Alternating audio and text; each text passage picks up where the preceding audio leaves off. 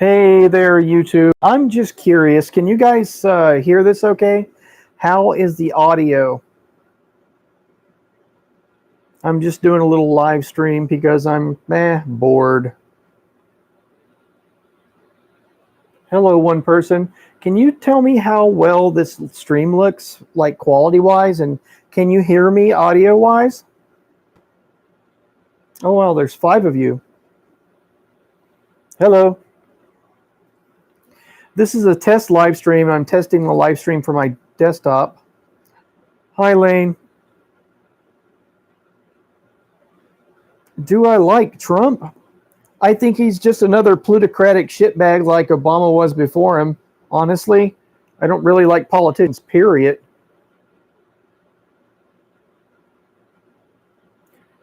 Where am I at? I'm in Portland, Oregon, United States. Oh, great. Great audio. So I'm just doing this test live stream, but we might as well change the name of it. How about Ask an Anarchist Cop Watcher? If there's anything you'd like to ask an anarchist that makes it his business to keep this monstrosity of a thin blue line over his shoulder over here accountable, now would be a good time to ask me. And I prefer to talk to trolls. If you hate my guts and think what I do is just absolutely worthless and it's completely garbage, I want to talk to you first. So yeah, people that don't like me, I want to hear from you. Portland is a liberal paradise. That's got to be sarcasm. Portland is ran just like any other city I've ever lived in. It's pretty much controlled by plutocratic oligarchs, the people they call stakeholders in the community. It's the rich folks that own a lot of the real estate, work in real estate development. Those are the people that actually have power and actually run the city. It's more like a neoliberal nightmare. Yeah, I'm not really liberal either. I'm an anarchist. I don't hold much stock in or faith in either side of the political spectrum.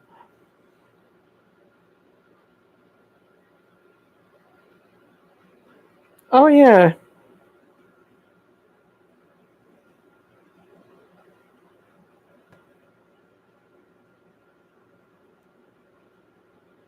Nice. How you doing? Transparency Project. Hey, put a link to your channel in the comments there, Transparency Project, and I'll check out your work.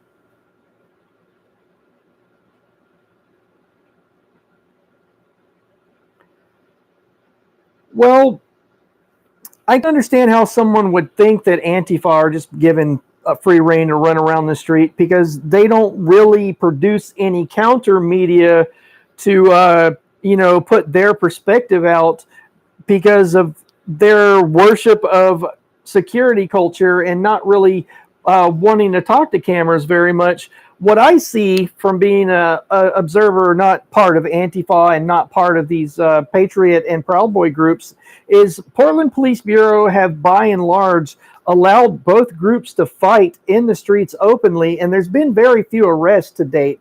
There's just been a couple arrests of a few key players, but not anywhere not anywhere near to the degree that would make someone want to believe that the police are actually trying to put a stop to all the street violence.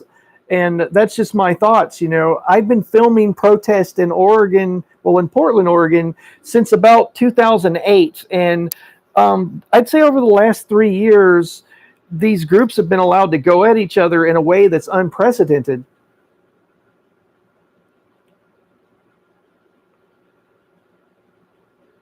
Thank you, Joanne Anna Miller. I appreciate that.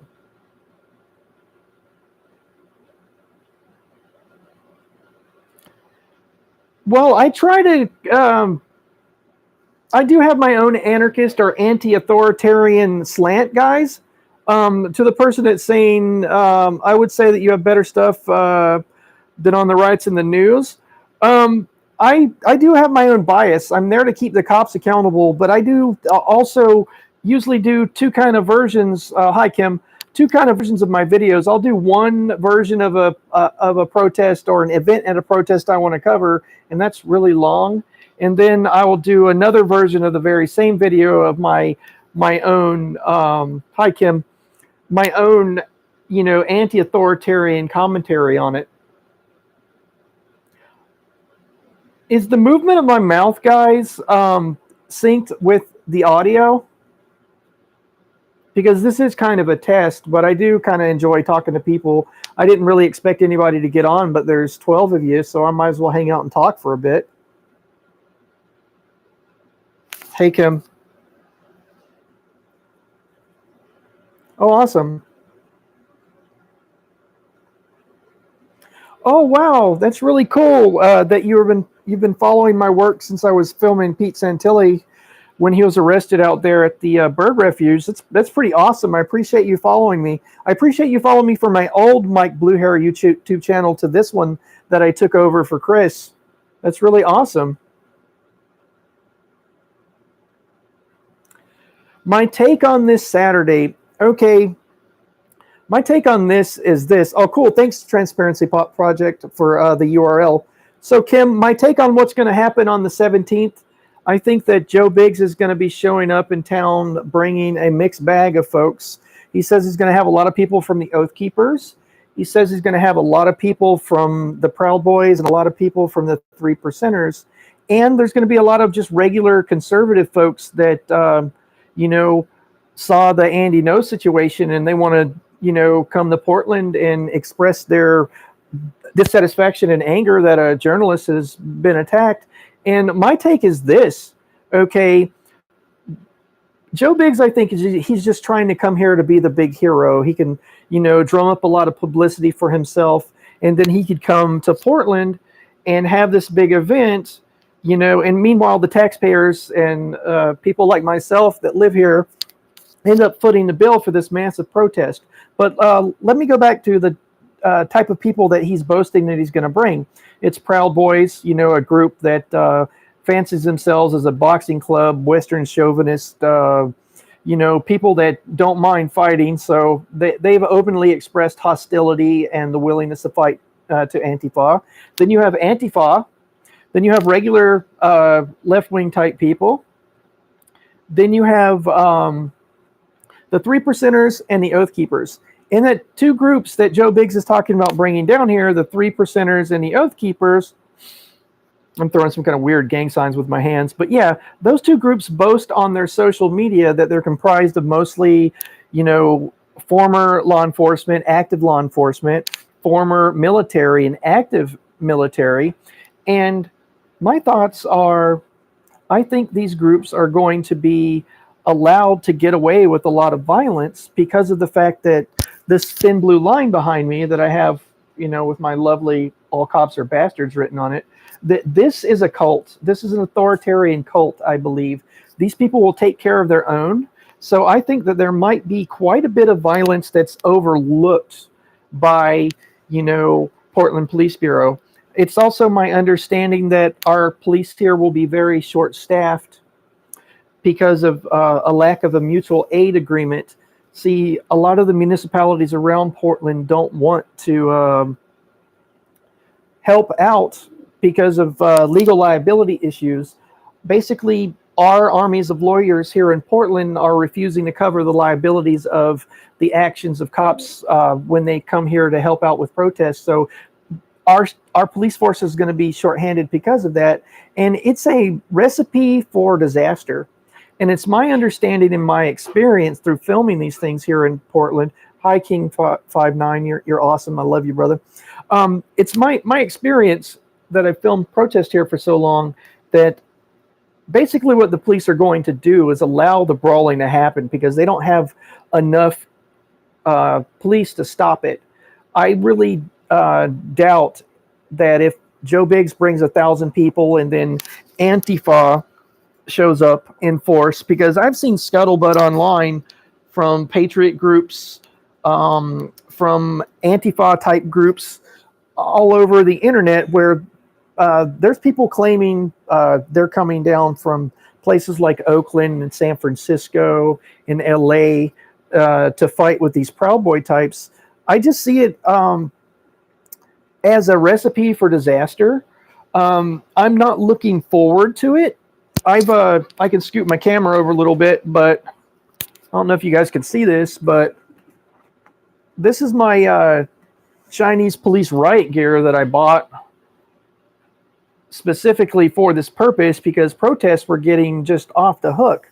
I've modified it with a motorcycle riding spinal armor that I reversed. This is actually the spot that's supposed to go, or the part of the armor that's supposed to go over your tailbone, but I have a spinal injury. I have bulging disc in my upper back here, so I wanted extra protection on the gear right there. But you know, if I've been filming protest in Portland since 2008, if I'm feeling the need to get this kind of stuff, it should tell you something about what to expect here on the 17th.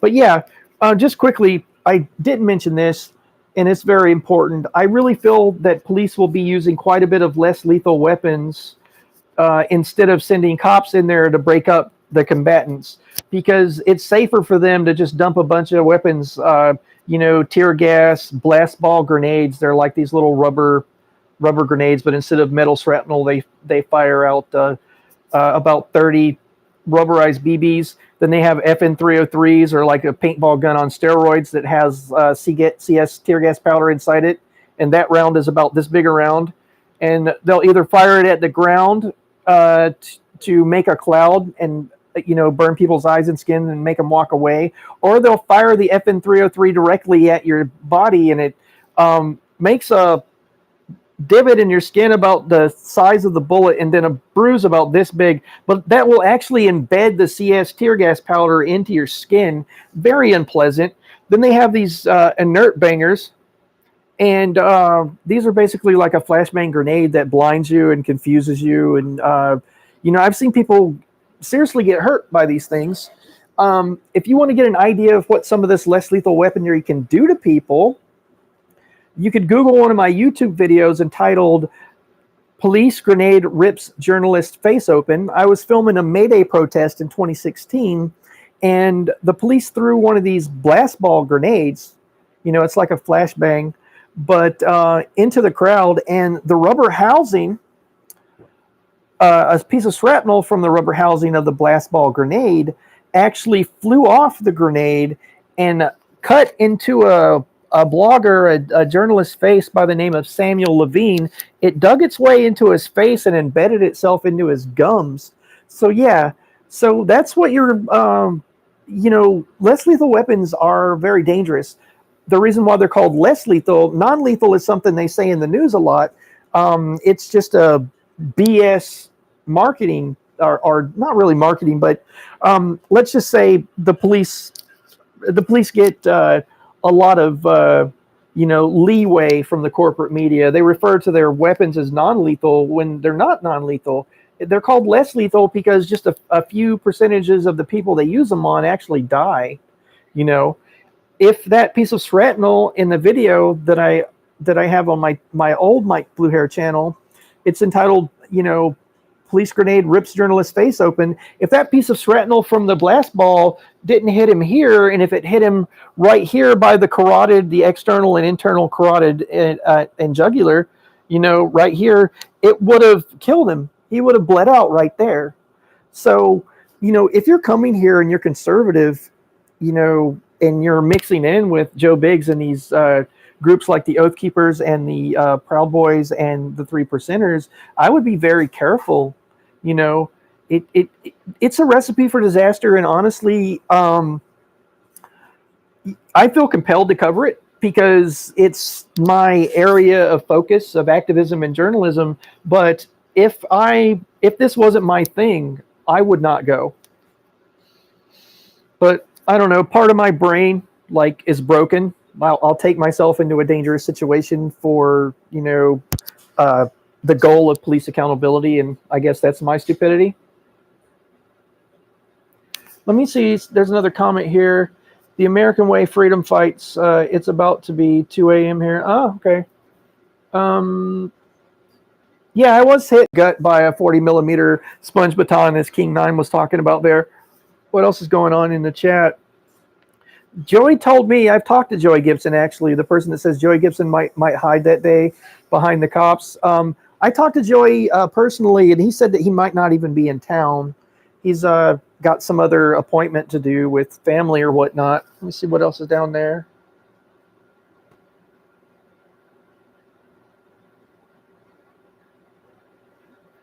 No, they're called less lethal, actually. All you have to do is like research less lethal weapons.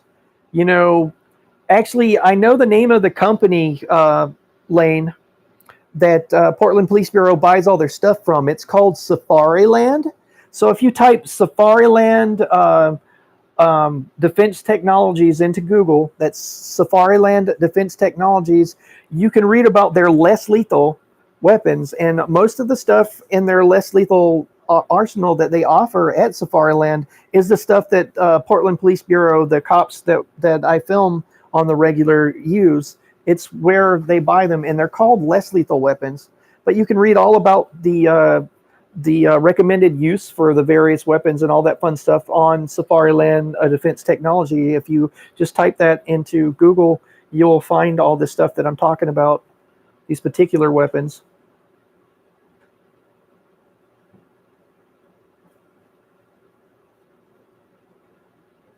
Well, I don't know about that, King Nine. I haven't researched less lethal with a UN ban. I know that chemical weapons are banned by the UN, like things like CS tear gas that they use on American protesters all the time, and that's banned by international law because they feel that it's indiscriminate. It affects everybody, so that's why they don't want it used in war. And I think it's really creepy that they can use it on American citizens, but they have international treaties saying that you can't use it in war.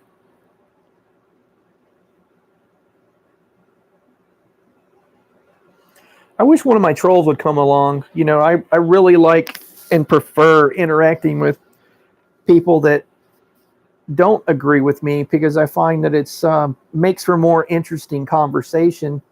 I mean, I do very much appreciate people like King and King Nine coming on. That's awesome. Um,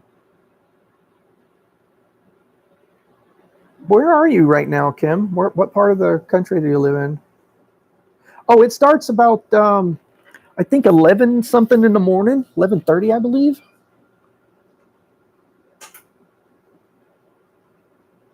Ah, Missouri. I lived in Lawrence, Kansas for a while, years ago.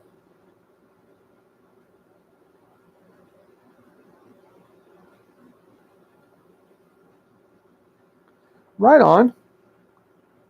Well, Lane, specifically, what don't you agree about, and let's talk about it.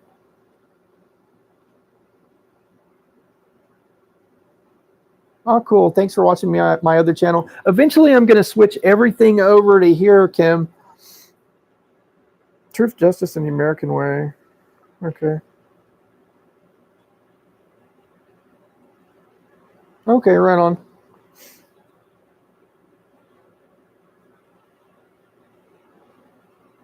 Oh, you're very welcome, Debbie.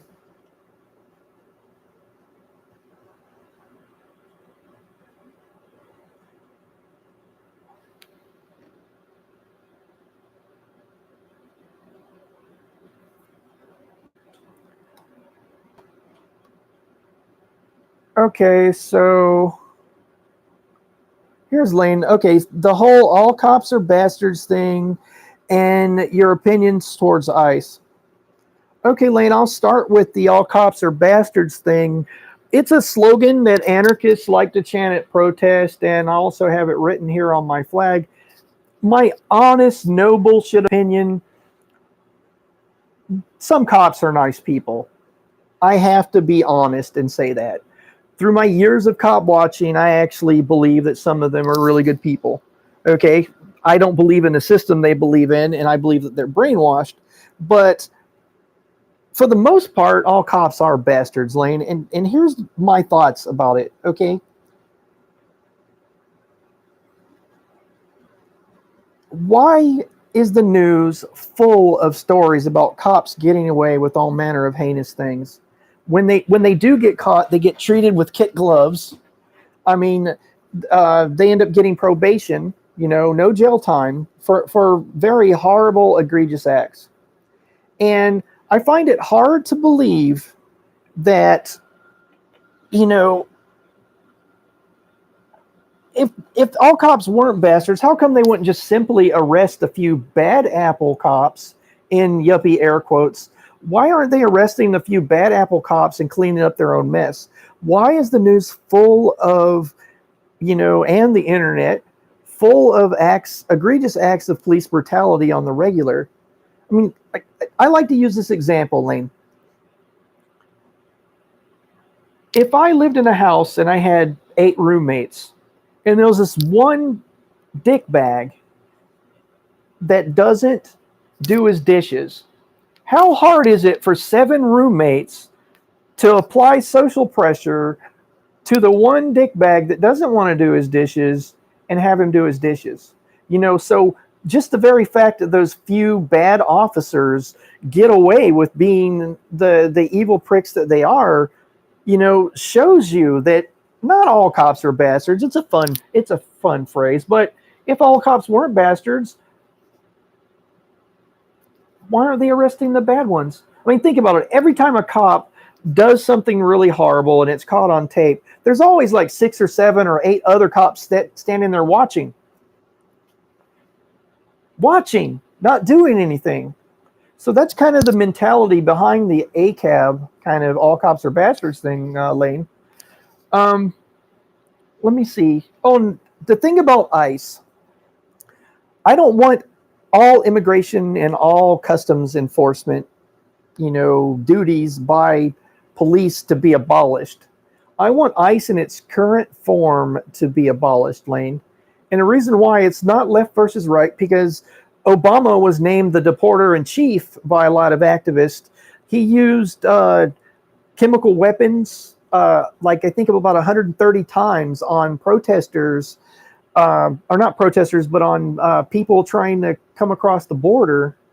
So he was really horrible to immigrants, as well as Trump is. Now, my objections to it is moral. We have thousands of reports of sexual abuse from children in these, well, I would call them concentration camps. Other people call them detention centers. But Lane, if we have thousands of children complaining that they've been sexually assaulted in these places, my objection is moral. Okay, I morally and ethically object to my tax money because I work. I have 2 jobs. I have this YouTube job and I have another job. Okay, and I have to pay taxes on both of them. So I'm morally and ethically encumbered to object to my money being used for these camps, and also the conditions that a lot of these people are being held in is just horrible. If you look at some of the reports from physicians, they liken it to child abuse. When you separate a kid from their parents when they're very young, it's traumatic, and it's going to mess those people up in their heads for decades, possibly even for life. So my objection is moral and ethical to that stuff. I think ICE needs to be abolished in its current form, and some other type of system for integrating immigrants into our society has to be set up. Okay, Debbie, the only way to get them to change is by suing them. Yes, levying legal action against cops is a good way to get them to do that. Okay, there's more from Lane. They're not concentration camps. They have Xboxes and soccer fields and fresh water. Yes, a couple of the facilities are very nice, and those are the ones, Lane, that they use to make their little propaganda videos about it. Okay, some of the facilities are horrible. Okay, some of them are nice. I agree with you. Some of them do. They have Xboxes and soccer fields, but that's not all of them, brother. Like there's Facebook groups you can find, Lane, that's got former workers, former ICE people that are pissed off about the way those people are being treated. and they're actually talking about it. I can't recall the exact Facebook group, but there's a Facebook group book out there, Lane, of people that were former guards that have worked in these ICE facilities that are absolutely disgusted by it. And like, if you just get on Facebook and search for it yourself, I'm sure you could find it. Or later on, when this video wraps up, I'll search through the Facebook groups I have saved, and I'll try to find those for you, man. And they can see family whenever, but they never do. Okay, here's one for you, man. Do you actually believe that Fox News propaganda about them being able to leave anytime they want? I mean, I can show you hundreds of examples of U.S. citizens being treated like absolute garbage while they're in prison. Do you really think that these immigrants that very few people actually have connections to in America, do you actually think they're going to get treated very well in our system here? I mean, it's just kind of logical, man. Kim, Mike, I agree with you that most of that, but what about our vets living on the streets and our homeless people and their kids? I think we should help them first. Okay, look, if government is going to steal our money, and what I mean by stealing it is people don't pay taxes because they want to. They call it paying taxes, but when you fill out your W-2 or whatever, they take it out of your check before you even see it. So it's more like taking taxes. But yes,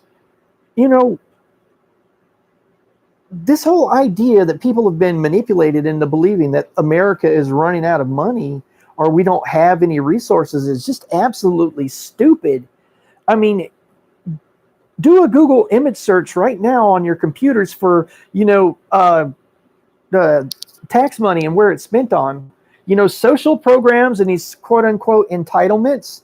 If it was a bar graph, it would be right here. And then our military spending, oh no, I can't even do it with my finger. It'd be like way up there, So how about we cut off the biggest welfare mother in American society, and that would be the military industrial complex.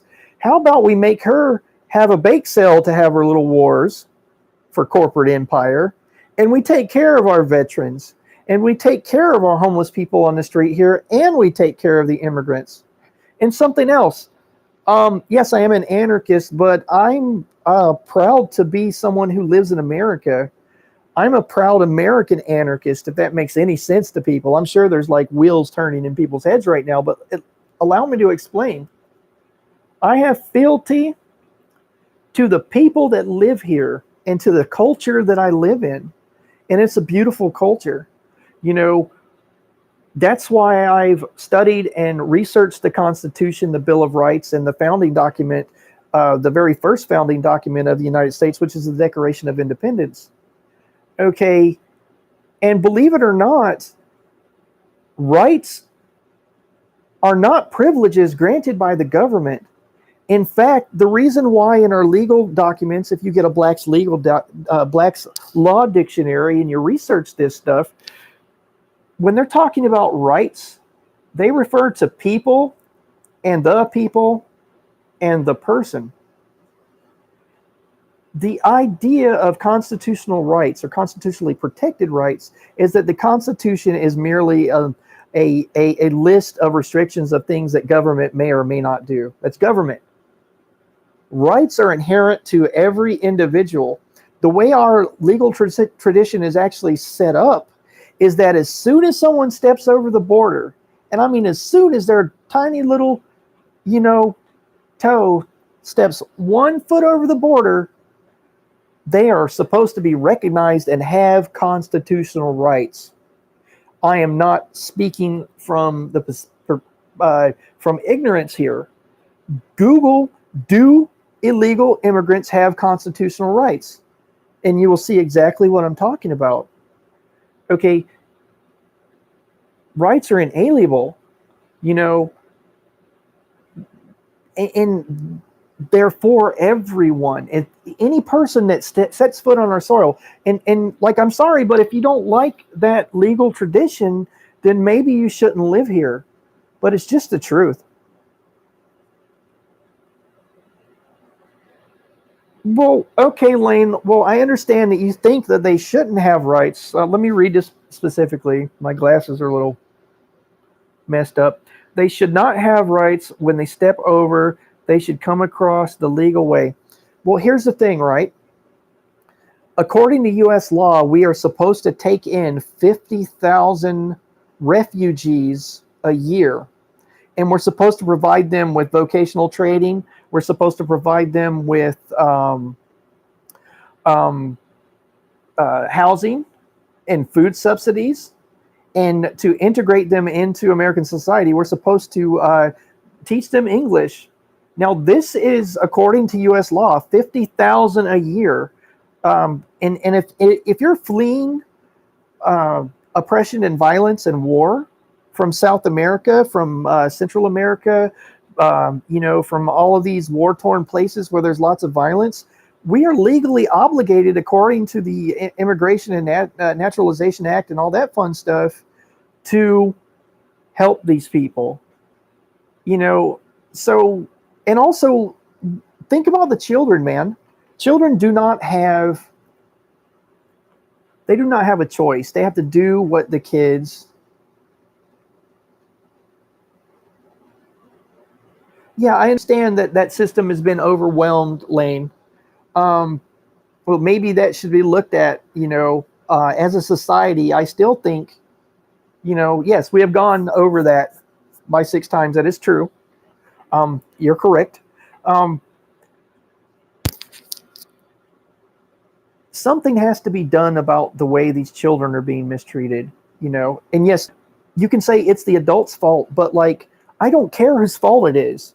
I care that my tax money is being used in a way that's quite frankly causing mental health problems for children that they're going to keep for the rest of their lives.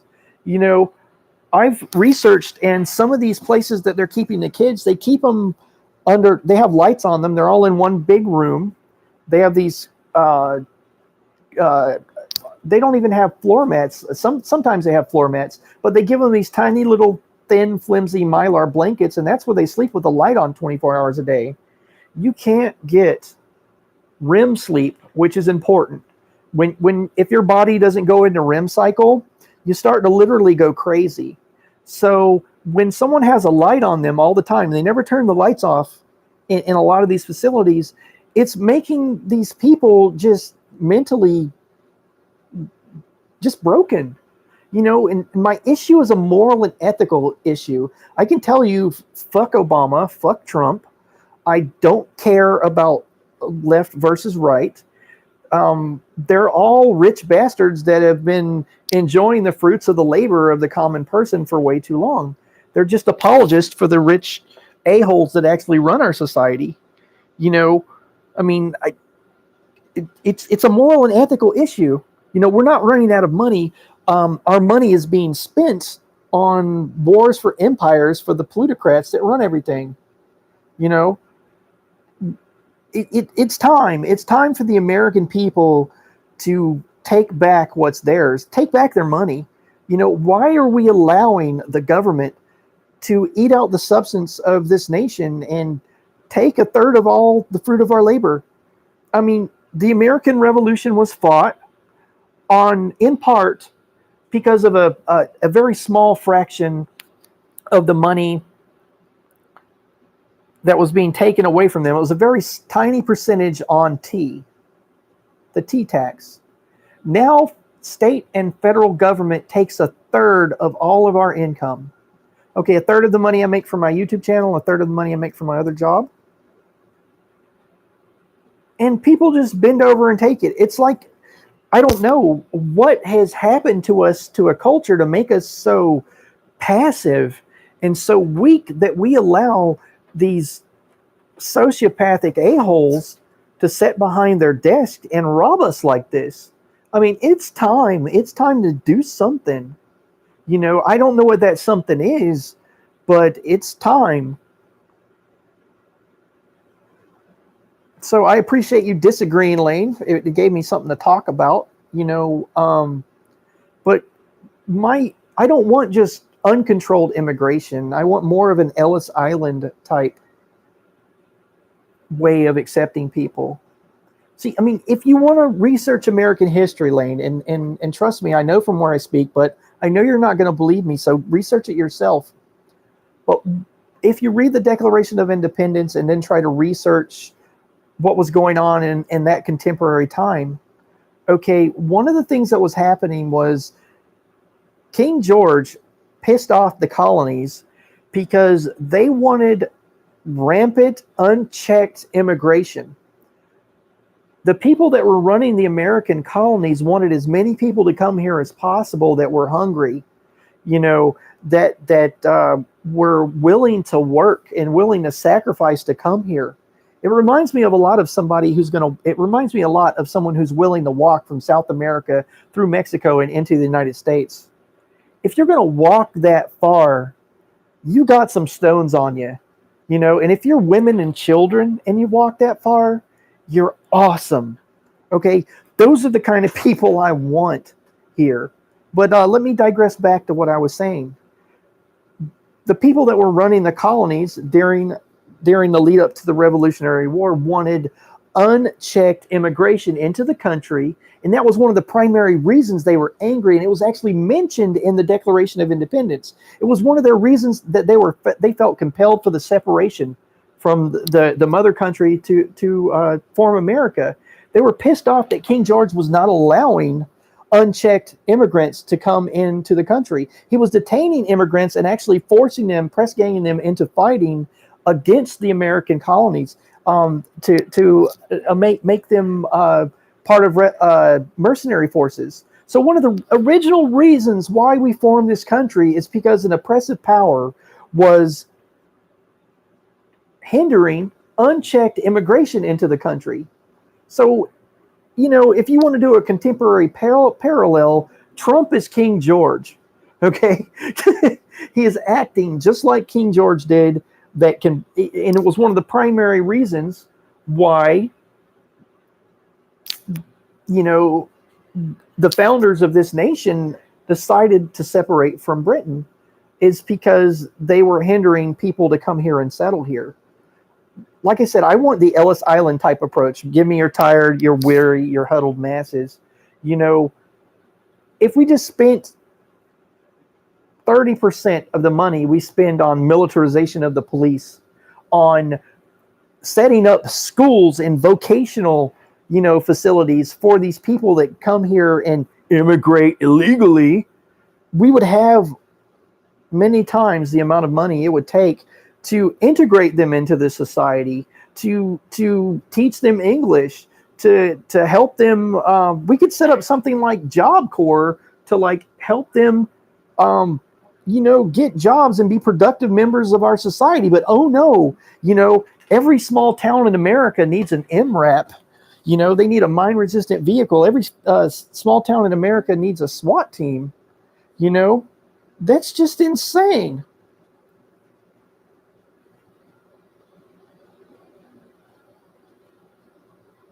What's the blue line about? Well, this is a Blue Lives Matter flag.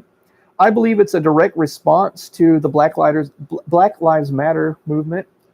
It's upside down because, well, I'm an anarchist. And the blue line it basically represents the police, but this is a subdued black American flag with a blue line through it. I think it's kind of a desecration of the original red, white, and blue, because it's like police trying to wrap themselves in patriotism to insulate themselves from culpability for their actions. I think it's just counter propaganda to the Black Lives movement, or Black Lives Matter movement, because they do call it the Blue Lives Matter flag. And that's another thing, man. You know why the Klan isn't so pervasive anymore in American society? It's because these guys institutionally just go ahead and do all that racism for them. Okay, if you look at statistics, why is it that black people are pulled over hundreds of times more often than white folks? Why are their prison sentences dozens of times more harsh? Is it because black people like to commit? Black people are arrested for drug crimes at hundreds of times the rate of white people. Is it Is it that white people's bodies don't process THC and they don't enjoy it? No, it's because of deep-seated institutional racism. Okay, until we can have a conversation about that as a society, it won't change. And why does a motherfucker have to join the Klan when they can just systematically tyrannize black people for a living?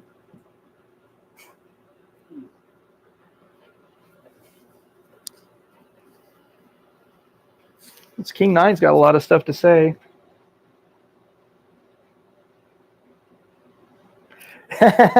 I believe I did burn the flag you sent me, King Nine. This is not the one you sent me.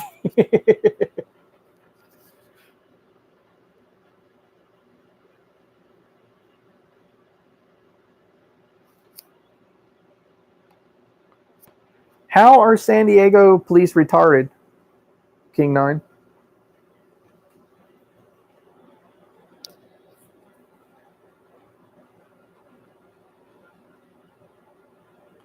Terry, ACAB stands for All Cops Are Bastards. And the idea is that if there were such a thing as a good cop, then why every time there's a video of a police officer doing something wrong, how come the 5 or 6 or 10 other officers that are standing there aren't stopping them? You know, the ones just stopping there, the ones just watching the bad cop do the bad cop stuff, those guys are even more dangerous than the cop, you know, abusing someone's rights, because they're facilitating that behavior. Their inaction, you know, is consent. Silence is consent. That's why a lot of people, mostly anarchists like myself, chant at protest, all cops are bastards.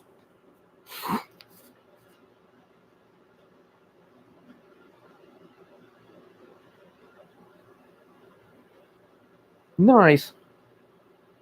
Hey, King Nine, sometimes send me a picture of that military truck you drive. Dark Truth. I don't know what yes means, but cool beans. I'm glad you agree with what I had to say. Well, guys, this video is getting hella long. It's like 42 minutes. I don't think anybody on the interweb would actually watch this again. I don't know. I really don't like to do these videos. They're kind of uncomfortable for me, but there's a lot of there's a lot of demand for online or live streams, so I'll do it I'll start doing it more, guys, but really I'd rather be on a podcast or something so I could talk to another person, because it's difficult for me to read what you guys are saying in that teeny little side window thing over there.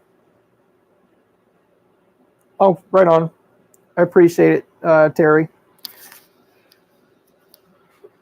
Well, guys, I'd like to say goodbye to everyone, and a special shout out to King Nine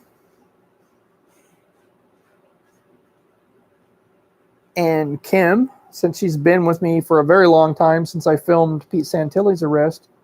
But yeah, please do research some of the stuff I talked about during this live stream, especially the stuff about law, you know, and the Constitution, and rights. You know, quote unquote, illegal aliens most assuredly do, according to our legal tradition, have constitutional rights, and they're not being respected. So I'll say bye to you guys. So if you guys like what I do and want to see more of it, please do smash that super chat link or whatever. I guess it's some way you can actually magically put money from your pocket into mine in the interweb. But yeah, down there is this stupid $ thing. You could click on that and hook a brother up. Wow, that's awesome. I have a giant finger e-begging, like, give Mikey your money. Give Mike. All right, enough silliness. Okay, thanks, guys, and do check out my channel after the 17th, and we will check out that. Oh, yeah. See you Saturday. I don't know if I'm going to be live streaming. Okay, Kim, I will do these live streams more often, even though they make me feel weird because it's it's odd for me to think about, like, instead of talking to a person, looking at these little words on the screen right there. All right. Bye, guys. Thanks for watching.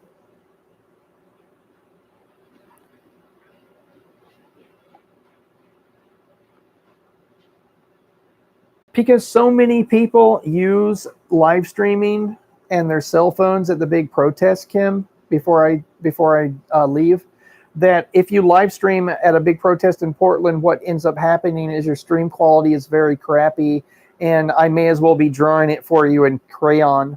I mean, it's literally that poor quality. All right. Bye, guys.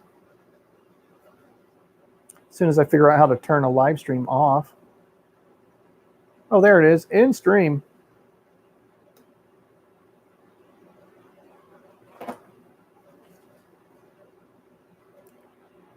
Sure, you're welcome, Kim.